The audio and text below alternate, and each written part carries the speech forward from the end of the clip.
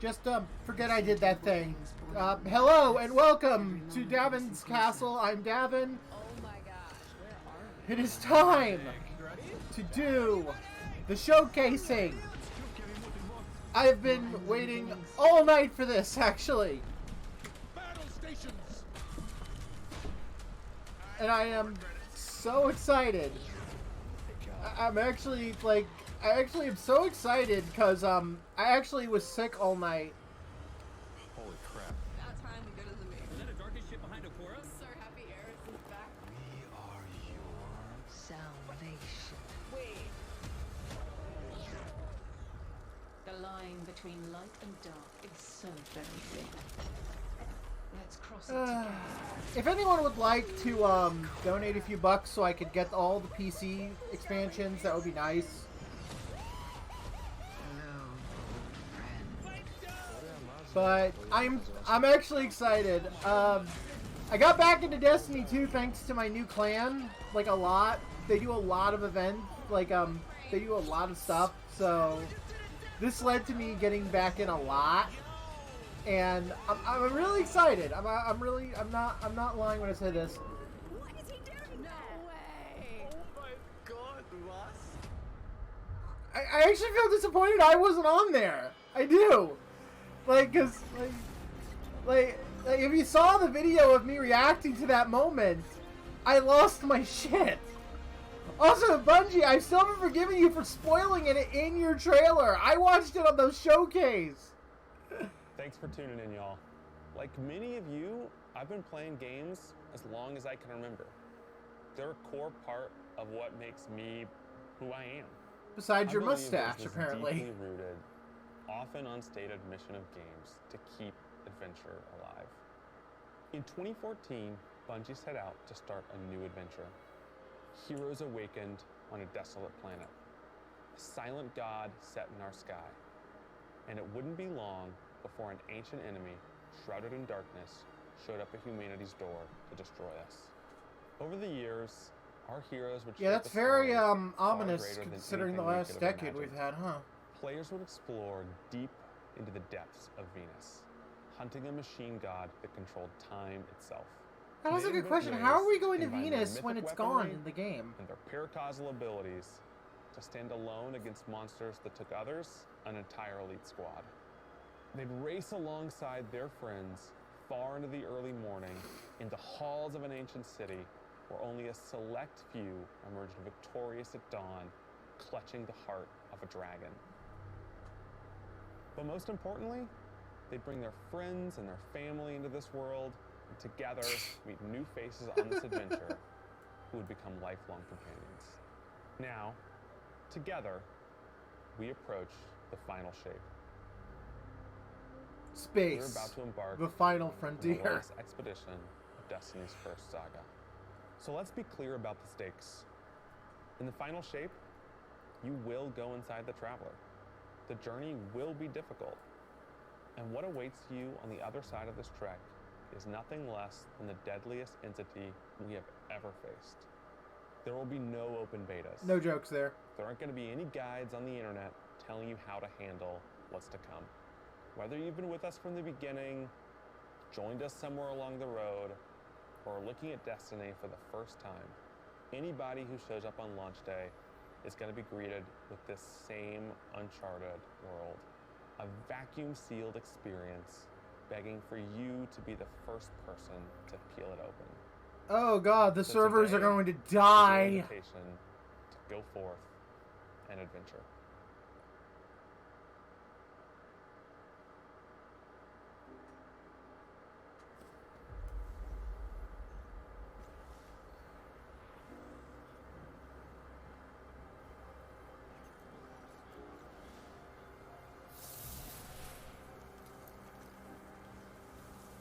After all these years, we never talked about it. Why I brought you back.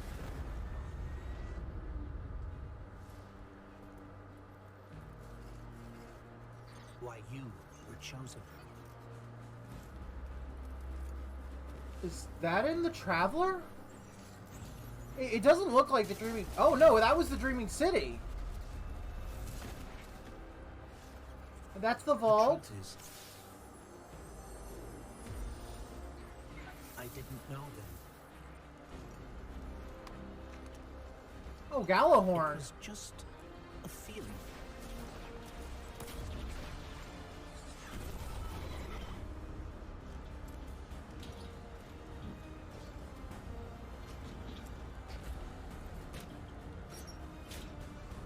But I know now.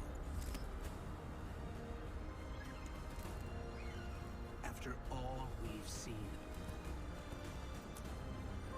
all we've lost, this fight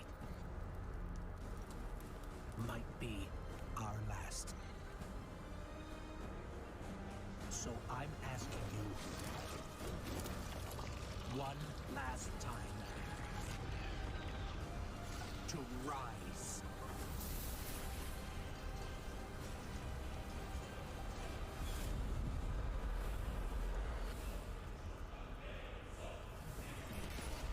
What the fuck is that? Alright, the last day of February? Like, I don't know if it's a leap year next year. This is a momentous time in Destiny history. We've been building to this moment for the last 10 years. The final shape is the conclusion to that journey. This is a moment in gaming that, as a developer, you just don't get very often. Guardians and allies are fighting the biggest threat that the universe has ever seen in this big culmination of the Light and Darkness saga. I still think the Witness is, like, probably the biggest bong in the When we were universe. thinking of what the final shape could be, it had to be a lot of different things. It needs to pay off this epic confrontation with the Witness that we've been setting up for years.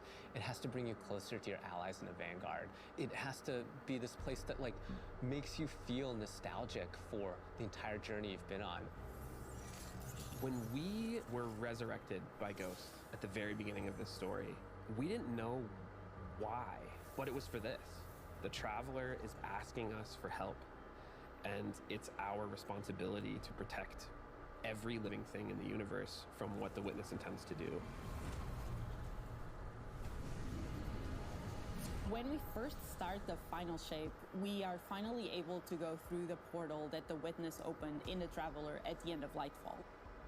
Inside is the pale heart of the Traveler. That is the stage for our showdown with the Witness. The Witness has the darkness. It has always had a connection to it. The pale heart of the Traveler is what it's trying to use to gain connection to the light. So with both, it can enact its final shape. The Witness looks around and sees a lack of purpose, no meaning. It wants to fix all that.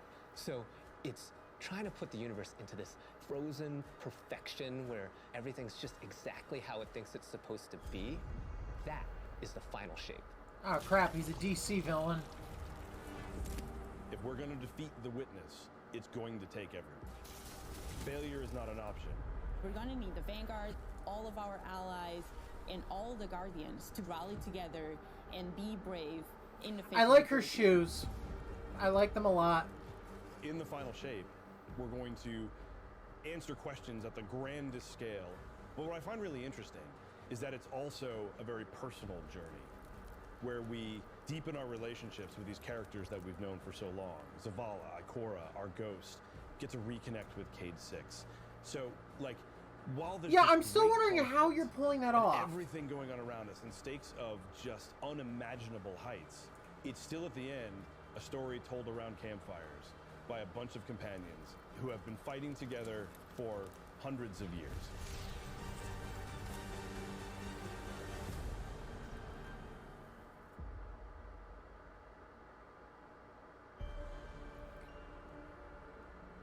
In the final shape, we're going through the portal that the Witness has opened up to confront it and stop the final shape. Inside the Traveler is this infinite, vast, unknowable, and we're landing on the Pale Heart, which is a fraction of really what is inside the Traveler. The Pale Heart I don't think is I've ever weird. heard orchestral dubstep It's a little before. strange. It makes you feel a bit uncomfortable. And it is also just so cool and artistic in the best way. I think I need to trademark that word too. The Witness entered well ahead of any Guardians, and so it's had time to kind of shape what's there. When our Guardian enters, the rest of the Pale Heart starts getting shaped also around what we've experienced. Oh, so This we is weren't the traveler recreating the world in front of you as it saw on your journey. So those moments we saw weren't just moments One from of the our most journey. They were memorable locales they were from Destiny's the past traveler is the recreating D1 those Tower. moments. Okay. It's really a labor of love from the Destiny team. The final shape means so much to everyone who's building it, and I think players are really going to be able to see that. I think I know how they're Pale bringing Heart Kate is back now. Our very first linear destination that we've ever done. I would love it if players felt that they began their journey in a place of safety and feel it escalate in danger, in surrealness, because there is this beautiful evolution of the space. They see things that are more and more wrong as they begin to go towards the Witness's monolith. It's kind of this omnipresent, foreboding thing off in the distance. The weirdest things happen as you get closer to the monolith in the form of reshaping. Kind of like deconstructing things and putting them back together just wrong. The sense of scale you get out there, like as you're exploring these spaces and you're jumping on these reshaped cuboids of Earth, you feel tiny as a Guardian. You feel alone. You feel like you are not the force to be reckoned with that you have been. You're not the God Slayer right now. You're just this little person jumping from these massive pieces to massive pieces. One of the things that we really tried to also capture is that the Witness keeps throwing everything it has at you. And so you're going to fight these new enemies, the Subjugators. Oh, not another Subjugators are one. the new unit you're going to be facing in the final shape. They have an enhanced power set. They're performing stasis powers and strand powers to face the Guardian, well, in support of all the other enemies you're fighting too. They bring something entirely new to the battlefield, which is kind of this element of control. They're back there pinging away with stasis abilities, throwing crystals at you, freezing you in place, tangling you up. I'm gonna enjoy punching them in the face. We're focusing you on the campaign and only the campaign. It's the most important thing in the universe at that moment. You have to stop the final shape from happening. And for that, we do need the help with our allies. And so we're going to make sure that the core Vanguard team gets back together. Zavala and Ikora and Cade. Yeah, once again, that's gonna be kind of hard considering he's After you fucking reach dead! and finish the campaign, we open up the entire destination, and so the entire Pale Heart is going to react to you and what you are doing.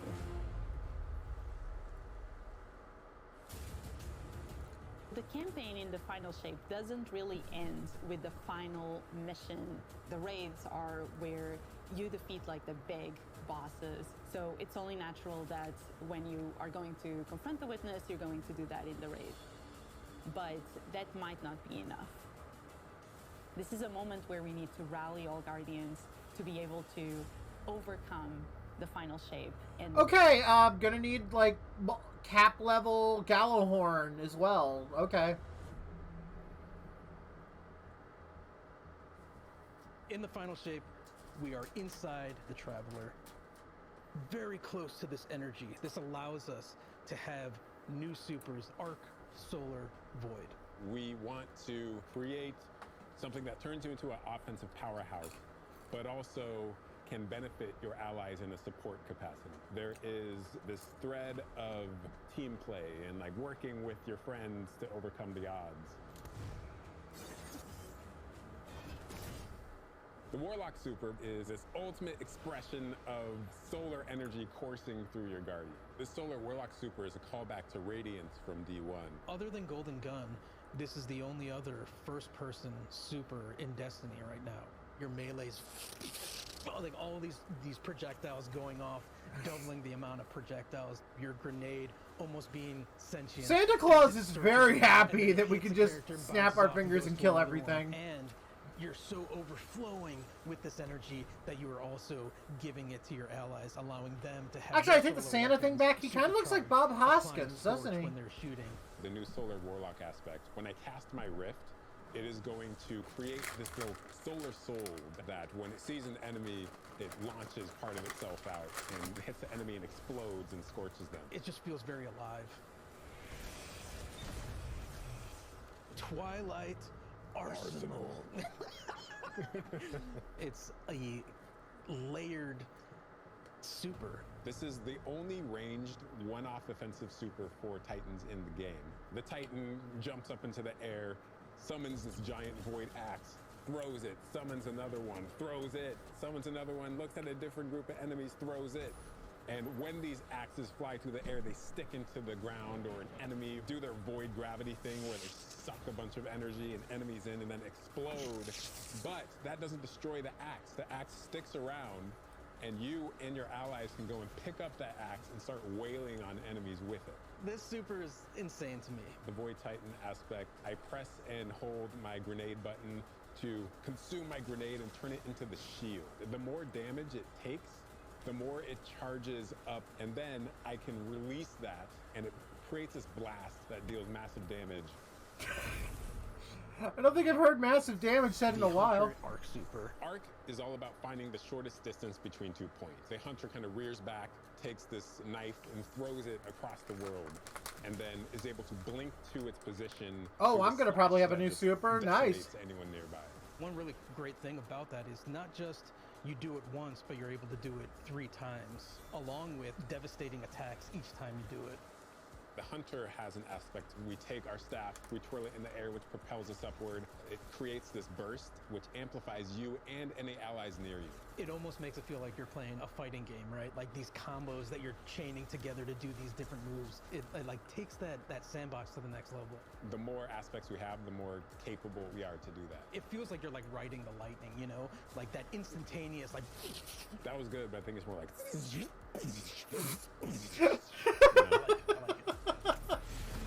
Okay, this is fun, and I cannot wait for this batshit insanity to end up. Been working on all sorts of goodness. We've got exotics, we've got legendaries, we've got perks. We're always cooking up stuff. We're always playing with stuff that we think is like really interesting or taking inspiration. We have Tessellation, which is this exotic pyramid fusion rifle. It has the really intriguing property of adapting your Guardian's current damage type. Alright, I could wait to pre-order the game then. I'm not a fusion rifle guy. I hope people who like fusion rifles do pre-order it though. Entirely scrambler, entirely stasis loadout. Tessellation has the additional property that you can special reload to reshape your grenade and suck it into the weapon, and then fire out a super destructive single projectile. It's a really special weapon. What's the one specific exotic that I can make that's like really zany that you would like right now? What if Golden Gun was a sniper rifle? What? Harness the might of the Traveler. You know, we had a moment where we saw that Traveler beam cutscene. I know people on Weapons went, I kind of want that. You're like, that is incredible. No! So you made a fucking Death Star gun? One weapons, but really turn it into something that feels unique in Destiny 2. We have to bring Kvotstov into the fold. The Red Death exotic pulse rifle. And Dragon's Breath. Burn the world, burn it all.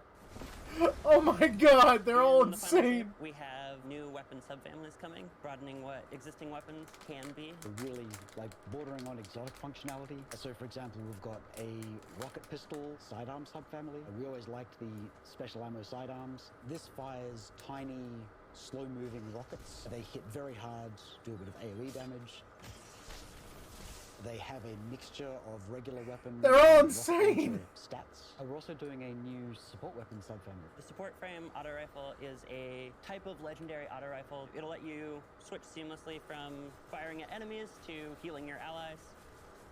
I'm Oh, excited this is to bring it to dungeons and keep my team alive, honestly. Oh, this is gonna be great for Root. Weapons This is Games gonna be always fucking come up with new great. Ideas. We've got a ton of new cool stuff coming over the next few years, and some new and really wild ideas, which we're pretty excited about. Ah, the final shape is gonna be batshit Come and on, crazy. Take a load off. We've got a lot to cover. This place is only big enough for one dashing hero type, and that's me, so. I'm back! Hey, you two, give me a sec. I was magnificent. This is great. Anyone want a hug? Get your rock off my map. Worst case scenario, you die. But who knows? Maybe You won't. live. I hope they bring back the Forsaken campaign so you could at least see why this is so big that Cade 6 returns. Better get back to it.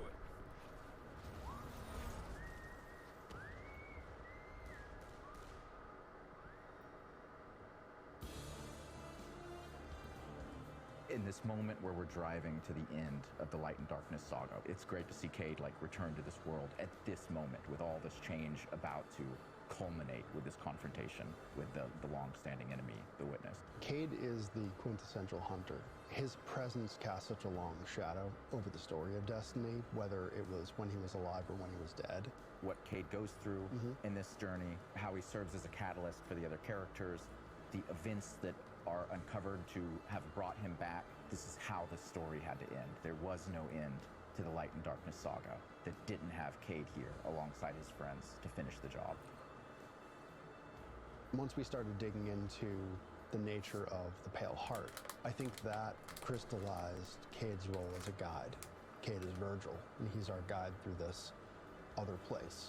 Cade is the one who is the most appropriate person to be the guide, because that's his job. That's always been his job. It just feels so natural for Nathan to be back in the booth. It felt amazing to just see him. I'm slip sorry, back I'm in the not role saying without anything. missing a It's break. just In the flesh. Or metal, as it were. Cade's the glue that's always held Zavala and Ikora together. It's- having him back. it's puts them so in a nice position to of see Cade questioning back where they've been and what they've just- done without him. You think about the journey that Zavala's been on and how he's been taken down this dark path, and you think about the weight that's been on Ikora, having to hold the Vanguard together, having Cade's voice of levity and brightness that he brings to that group. That I think is going to be great for them. Well, at least we have each other.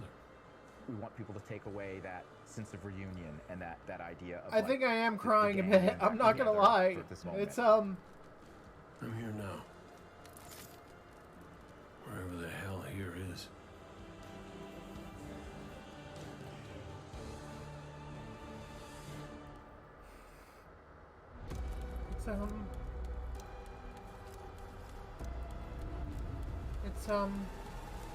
It's nice.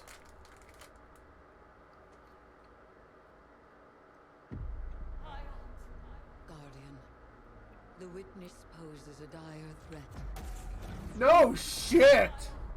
and the Witch Queen holds the answers we seek. But only if we contend with her sister, Zivu Araf. I gotta- rests with me. I gotta kill her again. Will you come back from this? Do not be afraid. Actually, I think I've been away too long. Have I killed her before?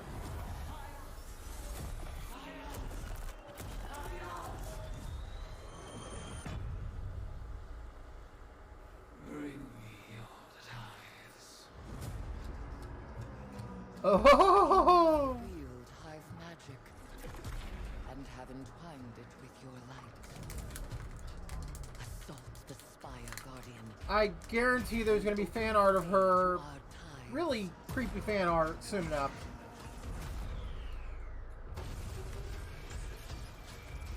Let them know fear. The deck of whispers, and they do. Oh. whisper. It's gonna coincide with the Halloween event. Fight Nice. my name, Guardian. Every opponent you defeat strengthens. Ooh, is that the new seasonal? I like it. My appetite rises for your brutal tributes.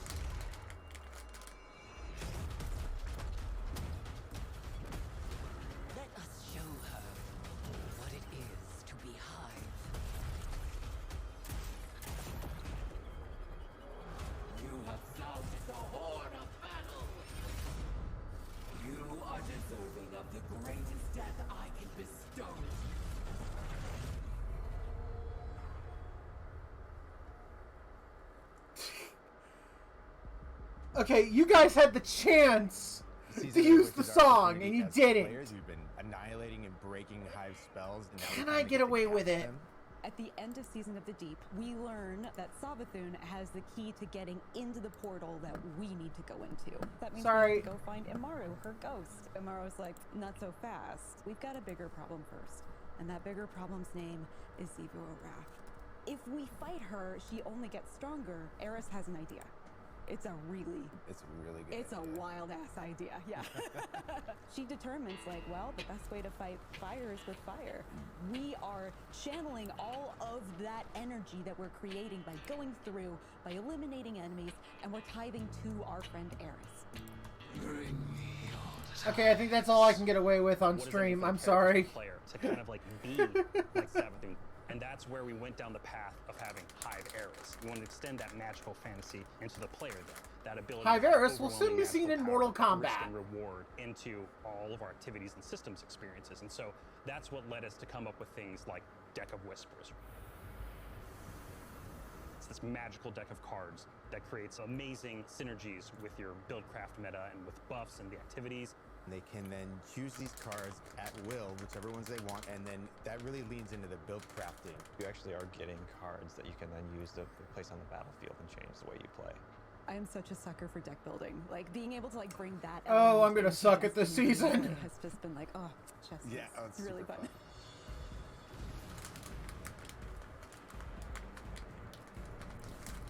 So we've got 2 brand new seasonal activities coming with Season of the Witch. We've got Altars of Summoning and Savathun Spire. Savathun Spire is our new 3-player offensive. You're doing a lot more with Lucent Hive magic, but it's got a high amount of combatant density. It's got additional random encounters that you can come across. The Witch's Spire itself, Savathun Spire, was like her reliquary for all these different magical experiments as she was learning the light. You're there in order to learn as much as you can in order to become a master spellcaster, right? To become like Savathun. The Altar of Summonings activity is really exciting because you can spend like 20 minutes in it or you can spend 2 hours in it. It's a 3-player experience that you can hop in and hop out of. As you're going through this activity, you're filling the tithing bucket. As that tithing bucket is filled up, you'll get progressively more rewards. And then finally at the end, it'll cash out and you'll get a whole mess of rewards. Yay. We really wanted to make sure that there was a home for any exotic mission content coming in seasons after the year has passed. And so we developed what we're calling the Exotic Mission Rotator. Right away, we're getting Presage, Vox Obscura, and Operation Seraph Shield. This is some of the most fun content the team has making. It's some of the content the fans and players of Destiny love the most. The most exciting thing, outside of just the missions themselves, is that every time we put a mission inside of that rotator, the exotic that comes alongside of it will become craftable.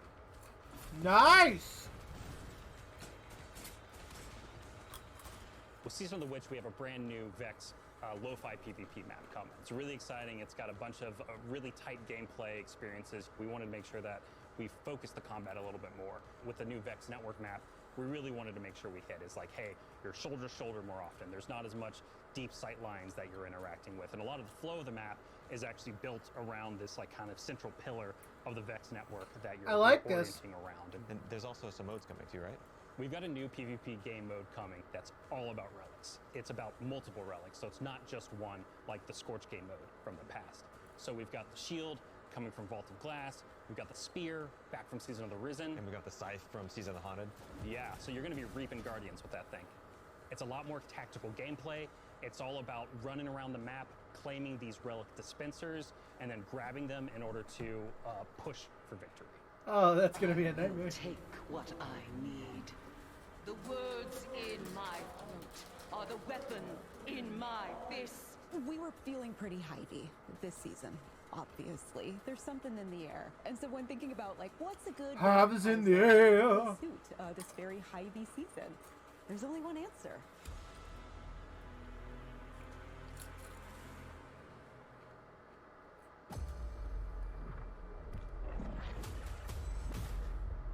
I have seen what the Hive call a god.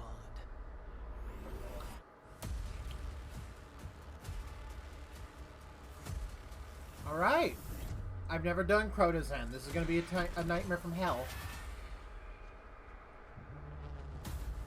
Okay, you didn't have to confirm that.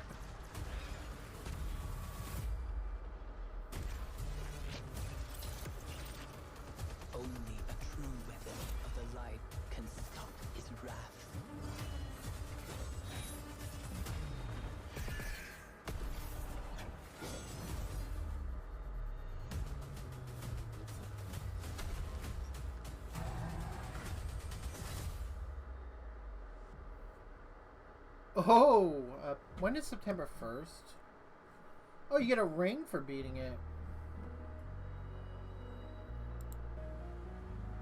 Ah, shit, it's Heading Friday. into the final shape, we really want to rally all Guardians at the end of the Light and Darkness saga. We want to reduce those power barriers as well as catch people up on key story beats and make sure that they have a really great and easy time connecting with other players. In the final shape, we're trying to find ways to make power more simple and easy to understand and also lowering the barrier to entry. It's going to make it easier for players who have not been able to jump into game easily because they were held back by the challenges in grinding for the power levels that are required by these different activities. One of the major changes that's going to be happening starting with the final shape is there are going to be a certain number of activities that are going to be power fixed. So it doesn't matter kind of what power level you are going into it, you're always going to be able to approach it. There's still going to be tiers of difficulty that you can do, things that are just meant to be experienced a certain way. Things like Nightfall strikes that will still have power enabled, and that's where we're really going to focus the whole power climb. The raids, the contest modes that everybody loves to engage with, that experience is fundamentally going to be staying the same. I'm excited for this because I think there will be a lot more clarity for players in terms of understanding the relative difficulty of things, where they sit now in the spectrum. One way that we're trying to do that is making it easier for new players to engage with you. So we're introducing something that we're calling Fire Team Power. You can actually bring your friends along to play any dungeons and raids in the game without having to wait them to be at a certain power level. The person with the highest power in your fire team is actually going to bring all the others close to their power level, which means that there's no barriers really for any other Guardian to join you in this high-level content. When it's combined with Fire Team Finder, it also allows you to find strangers, people you've never played with before, and have that same experience. That's all regardless of the power level of you and the rest of the people in your fire team.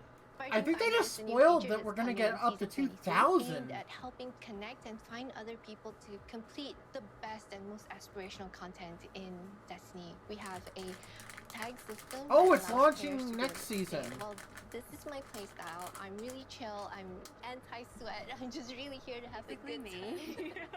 Exactly. Tags really allows players to show a little bit more personality, show a little bit more about what they're about.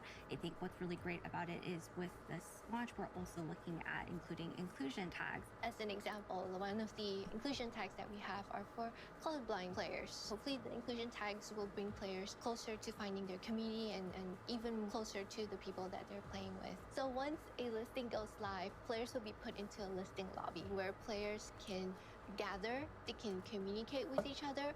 So we wanted to make it as convenient and as easy as possible for players to not just sit and stare at a screen for a long time while their listing actually fills up. As a gamer who's typically more solo, I'm especially excited about this because it really is about helping reduce that anxiety and burden that comes with trying to make a new connection. That is a guy with a spider on his back. The feature coming out today that I'm incredibly excited about is Timeline Reflections. Essentially what we have done is we went back to previous expansions and pulled out missions that we felt really represented narrative beats within our story. We are going to have a mission for Forsaken, mission for Beyond Light, as well as a mission for Witch Queen. Thanks for the memories, Guardian. The neat thing about these missions is they're not going to be like one-to-one for how you would experience them in the campaign. You're also going to get additional pieces of narrative fed to you to like identify like, hey, this is why it's important that this happen, and here are the people you met along the way. A really big one that's really timely for Final Shape is Cade's last stand from Forsaken. Even they realized that This is it a was moment that ridiculous. a lot of players, new and old, are going to come back to Destiny. I think this is just the right time to introduce features that are going to allow those players to jump right in and find people to play with and enjoy this content regardless of their power level.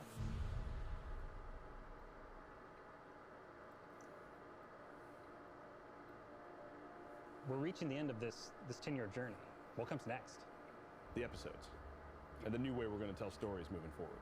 What's really important about episodes is that it's a really big shakeup to what we've been doing. Instead of providing 4 seasons a year, you are going to get 3 larger episodes. And so the first 3 episodes in this coming year are called Echoes, Revenant, and Heresy. It's coming right after the final shape. And the theme for the year is going to be all about the consequences and aftermath of the final shape. I think what's really the cornerstone of the episode model that we're building is the 3-act structure.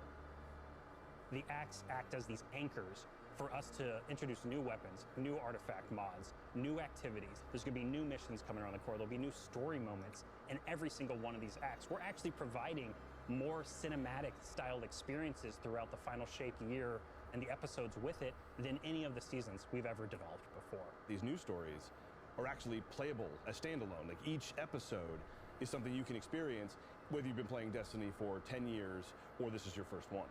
You're going to be able to basically enjoy them in any order you want to. I think the opportunity with this big epic moment is that we get to innovate the game. We get to move the game forward. It's all about change frequently. It's all about deeper story moments. It's all about more weapons, more loot, more often. And it really provides the team with a platform to go much deeper into the themes and fantasies and story of any individual episode as compared to the seasons you know of today. I'm so excited to see what the narrative team can do with this kind of new platform of storytelling. Episodes provides this awesome foundation for the future of Destiny. We're moving into the next stage of Destiny 2. I think some people look at the final shape and they think Destiny 2 is coming to the end. And in many ways, it's the opposite. We're leaning in. We're putting the pedal to the metal. Episodes provide us a new, innovative way for players to engage with Destiny 2 throughout the year. You're still going to charge us like $20 a season, aren't you? What makes a guardian a guardian? Devotion, bravery, sacrifice. We know that we were chosen for a reason, by something greater than ourselves. Guardian. Guardian? Eyes up, Guardian. It would have been funny if they had the Peter Dinklage voice going. Fires of each new battle. We are forged and sharpened into what we must become for the fight ahead. We are the final line that halts the second collapse. All of us. Every Titan. Every Warlock. Every Hunter. What is it the Guardians say? Devotion inspires bravery. Bravery inspires sacrifice.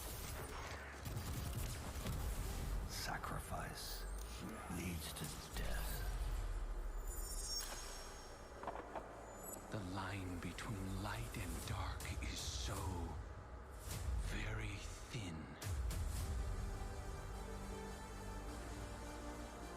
Let's cross it together.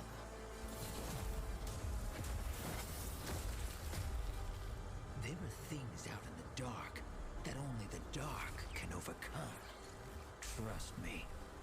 You've heard the stories of the Traveler's sacrifice, of darkness descending upon humanity.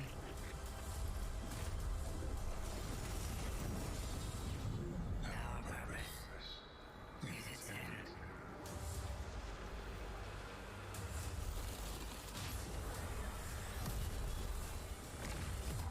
This time, there is no escape.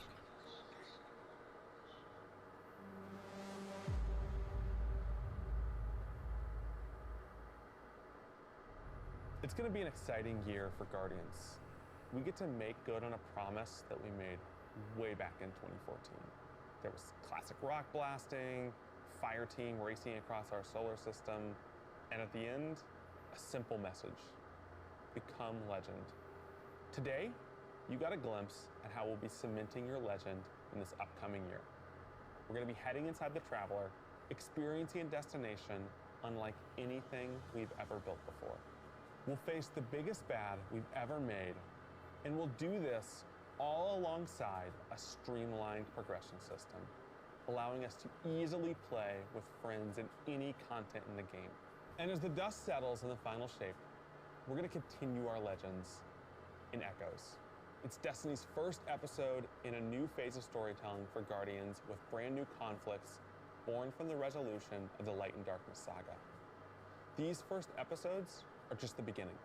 But if you're chomping at the bit to see how the Light and Darkness saga is going to kick off the future of Destiny 2, we've got a ton of great content for you to jump into today. Going live after this, we've got Season of the Witch, with a new story, new weapons, new armor, new activities, and new PvP content, all alongside a series of story catch-up missions, allowing any of your friends to jump into the game and get up to speed on what's happening in this world. Then, next week, a brutal reprisal of Crota's End is going to join the ranks of our aspirational content. I can't wait to see you all in the Throne World as we learn more about the final shape and how we can stop it.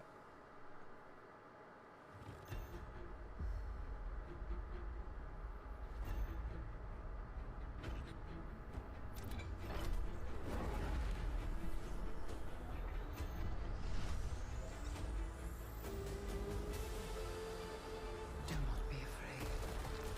Bring me your tithes.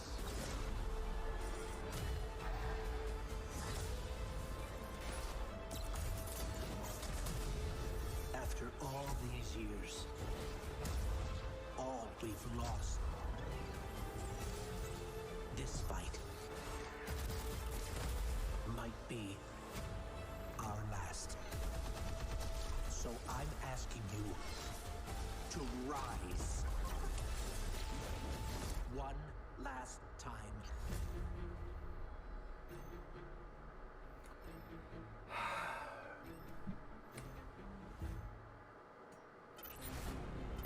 Oh! There's still more content! Fuck!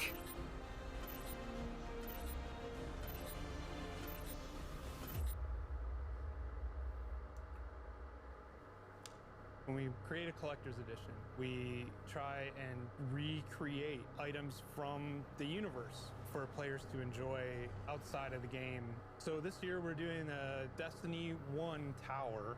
We really try to work hard at thinking about 10 years of Destiny and how best to encapsulate that experience. Even as the game dev who've worked on it since day one, like I think having it be the tower is super exciting for us because it's going to kind of catalog your journey of a player from when you first started playing Destiny all the way to now. The tower, it's kind of like the beacon in which you're a place you can call home. You get the tower, and then there are actual figures of the Oh, there's a Vanguard little mentors Cade figure that accompany that architectural model. There's a lot of like hidden messages and hidden things. There's gonna be some fun surprises. We're always trying to push the envelope, and so we've been playing a lot with magnetic locks and sound effects, lights, just sort of make this experience as a whole really special. It's sort of the perfect symbol of Destiny. I'm so excited for it. Me too.